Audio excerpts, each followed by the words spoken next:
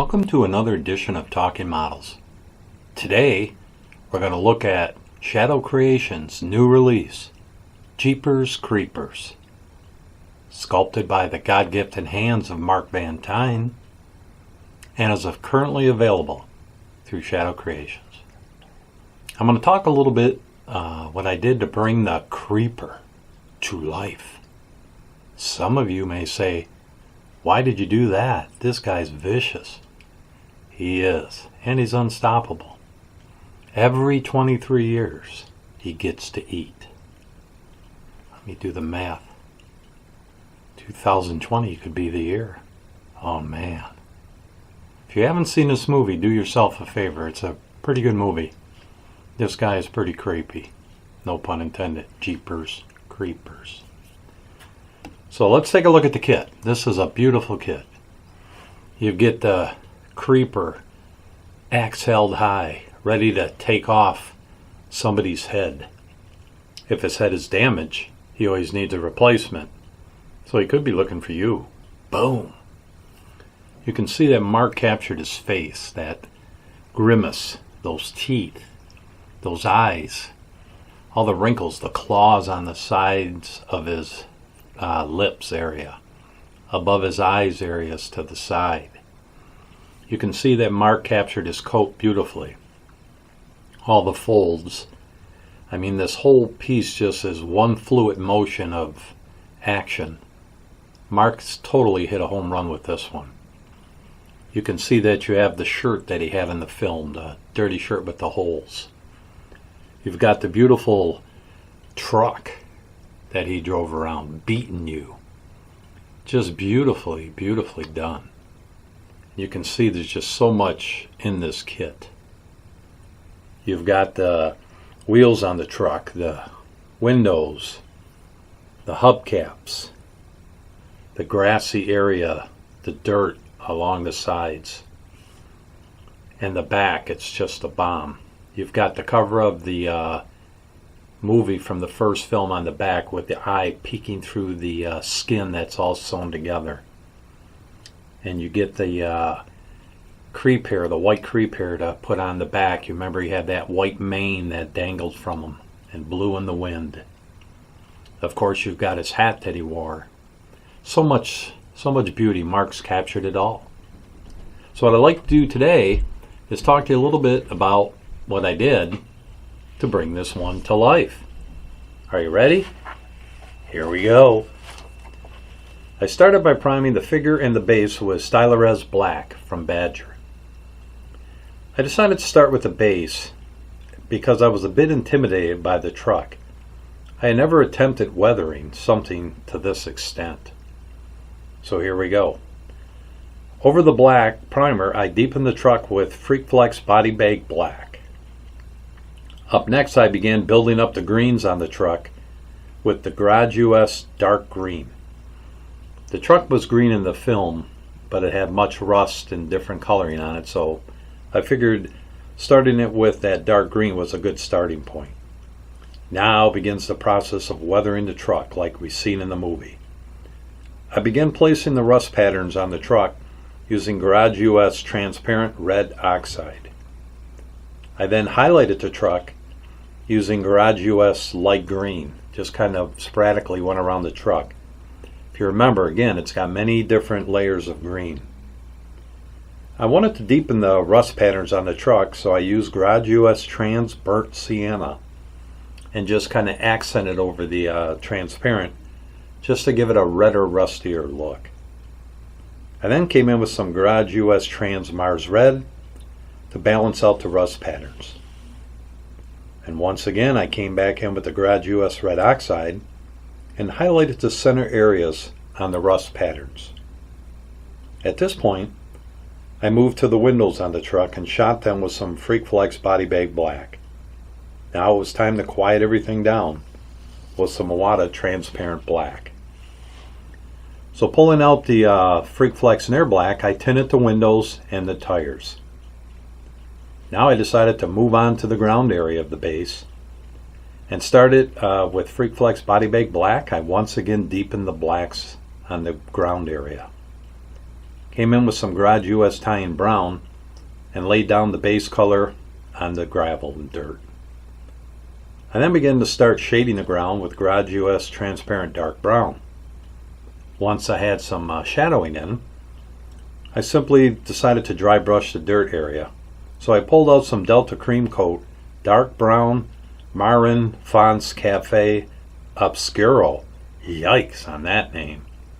But it ended up being exactly what I was looking for. So there's some grass area that goes along the bottom around the tires that sits on top of the dirt, so I enlisted some Deco Art Americana Festive Green.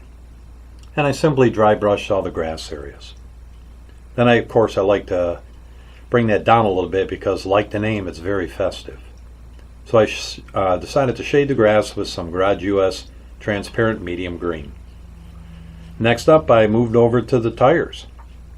I sprayed the tires with Garage US Neutral Gray and the rims of the tires, grill area, marker light covers, hood hinges, and the headlight rings with Dungeons and Dragons Aged Brown. Now for the nameplate, I started with Garage US Dark Olive.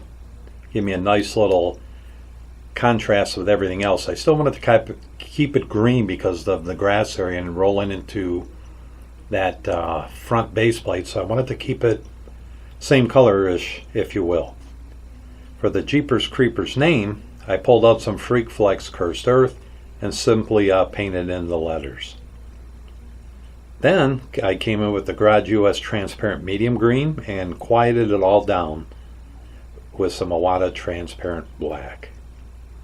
I also at this point sprayed the center of the headlights with Freak Flex Turn Ghost White, and the marker lights I hit that with some Freak Flex Coward's Yellow. And believe it or not, the truck was done. Now for the creepy part, I decided to go on to the back of the truck. I began that by spraying the skinned areas with Freak Flex Rotten Tooth Tan. And then I sprayed over with the Garage US Transparent Dark Brown to start deepening in the shadows of the skin. I highlighted the skin areas using Freak Flex Cursed Earth. And of course it was time to punch in some shadows, so I pulled out some Garage US Transparent Rich Brown and began building up my skin shadow areas. I came back in with the original color Rotten Tooth Tan and hit the raised areas.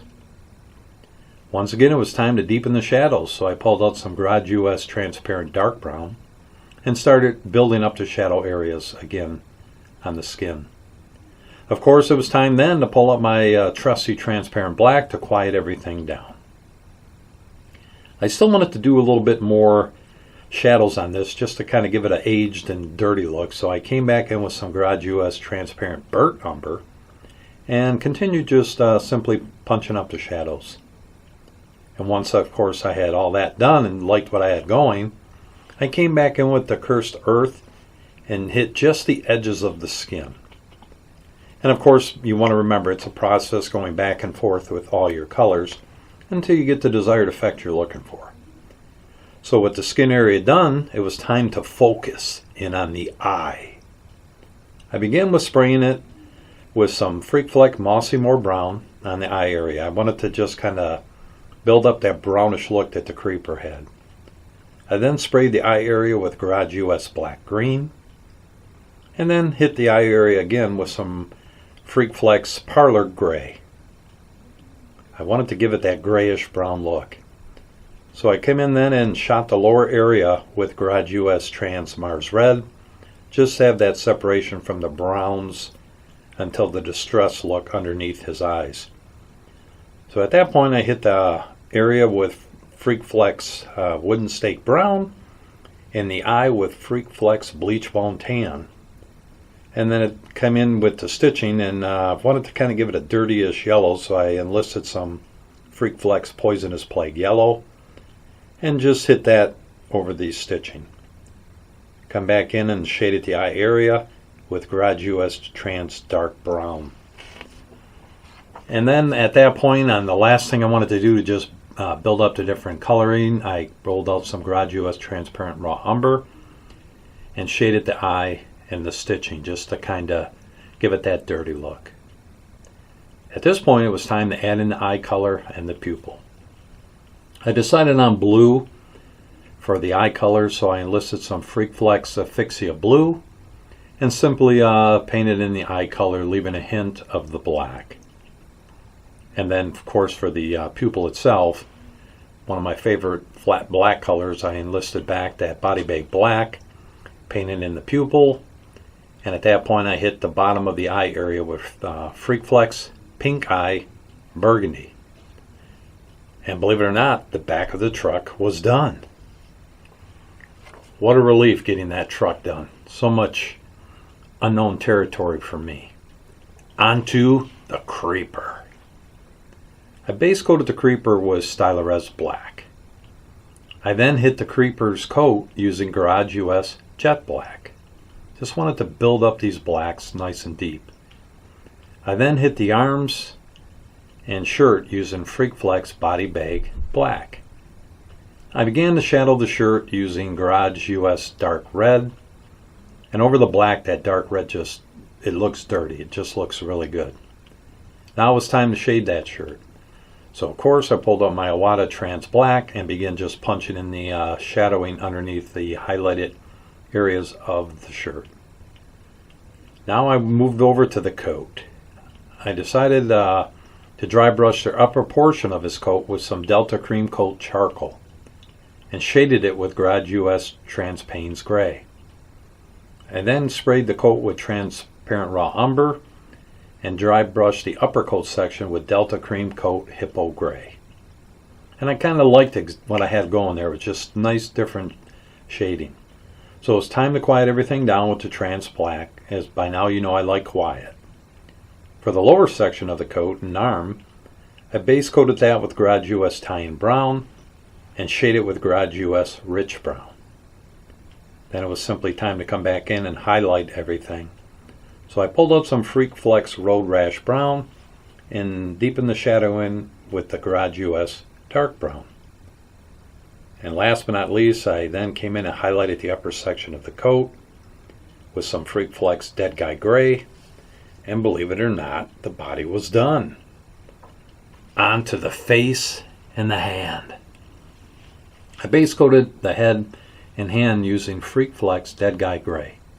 If you remember in the film, he looked very gray. At times he looked brown. He had green tints to him, so that's what I was trying to go for. I then misted the head and hand with Garage US Trans Medium Green. That would give me my green tones. I followed that up with a misting of Garage US Trans Raw Umber, would again give me both my gray, my green, and my brownish look. I then moved up to the Creeper's eyes, and I base coated the eye socket with Freakflex Bleach Bone Tan, and painted the mouth area and the lower eye area with Freakflex Pink Eye Burgundy. I then came to the teeth and painted them in with the Bleach Bone Tan, and decided to deepen the face and the hand with some Garage US Trans Dark Brown. You can see I've just combined all those colors to give it a greenish, gray, brown look. And I also at this point decided to deepen the below the eye area and gum area with some Garage US Trans Mars Red. For his fingernails, I pulled out some Rotten Tooth Tan from Freakflex and followed that up with drying up the nails and teeth with some Garage US Raw Umber. And at that point, you're kind of dirtying everything up with that raw umber. Just kind of gives it a very dirty look. Then it was simply highlighting the teeth and nails with the Bleach Bone Tan. I painted in the eye area using the Freakflex Body Bag Black. And for the eye, I pulled out some Freakflex Fuchsia Blue and leaving just a hint of the black showing. And that was all that was left at that point, was to add in the pupil. And guess what, guys? The face and the hand were done. Last but not least, time to tackle the Creeper's hat and the mighty axe. I base coated the hat with Garage US Tie-In Brown and simply put some shadows in there with the Garage US Transparent Dark Brown. Gave me a nice look for the axe handle. For the axe handle, I base coated that with some Tie-In Brown and shaded it with Transparent Dark Brown. And then the axe was sprayed with some Freakflex Silver Bullet, one of my favorite Stephen King movies, And then, of course, it was simply time to quiet it all down with some transparent black. And guys, he's done. That's what I did to bring this beautiful sculpt to life. I noticed at the time of going through the kit here on the video that I forgot to put the little license plate on it, Feeding You. That does come with this kit, and I will put that on so when this kit shows up at Wonderfest, you can see the creeper in all his glory. So that's our episode today on Talking Models on Shadow Creations' new release, Jeepers Creepers, sculpted by Mark Van Tine. I'll have some information for you to contact me at Shadow Creations in the description of this video, and you can reach out and get on the list to get this bad boy. It's a quarter scale, but it's big. Mark and I are calling it a mega bust. So here it is. If you haven't subscribed to us, hit the subscribe button and join the family. It's really simple. Boom, and you're in. Trying to get to 300. Will you be one of those that helps me get there? I'd appreciate it. So we'll have a wonderful day today. And as always, may the Lord bless your day.